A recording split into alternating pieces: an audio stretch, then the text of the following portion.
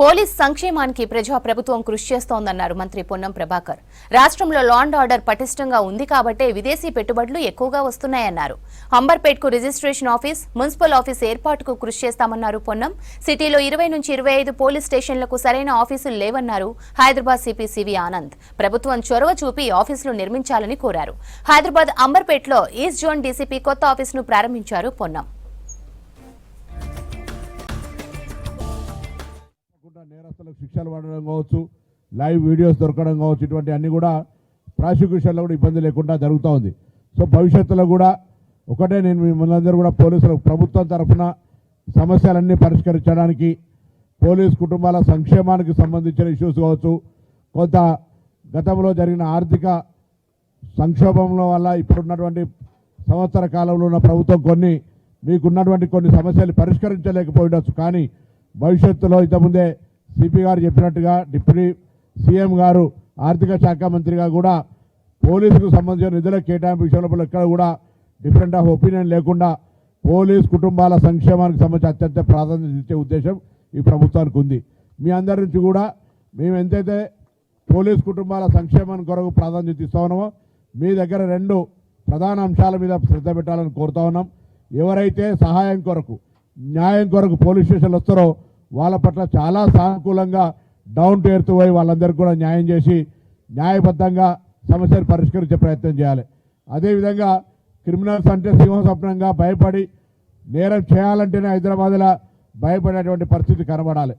చాలామంది గతంలో నేను విద్యార్థి నాయకుడిగా ఉన్నప్పుడు నాకు తెలుసు, కొంతమంది నేరస్తుల్ని Hyderabad law and order control కొరకు సిటీ బహార్ కొట్టేటువంటి పరిస్థితి ఉండే.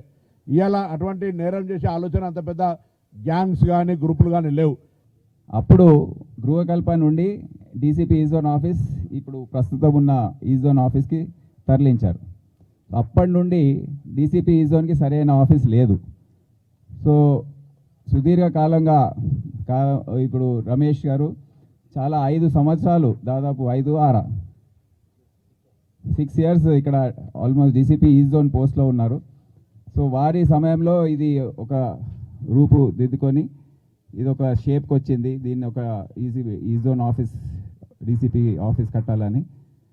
సో వారు ఇప్పుడే చెప్పారు అప్పుడు ఏమేమి చేశారనే దీని గురించి. దాని తర్వాత 2018-20 విధంగా మెల్లగా ఈ కన్స్ట్రక్షన్ అంతా పూర్తయి ఫైనల్గా నిధుల కొరతతో కొద్దిగా ఆలస్యమైంది. కానీ ఫైనల్గా ఇప్పుడు కంప్లీట్ అయినందుకు చాలా సంతోషంగా ఉంది.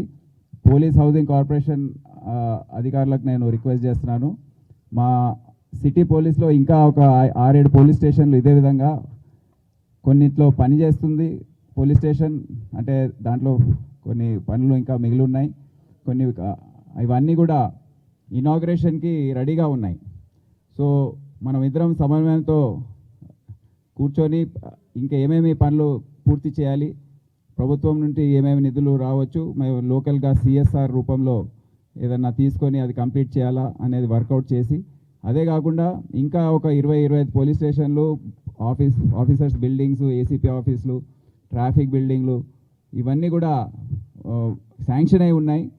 అవన్నీ కూడా దాన్ని రివ్యూ చేసుకొని మనము ముందుకు వెళ్ళాలని నేను కోరుతా ఉన్నాను.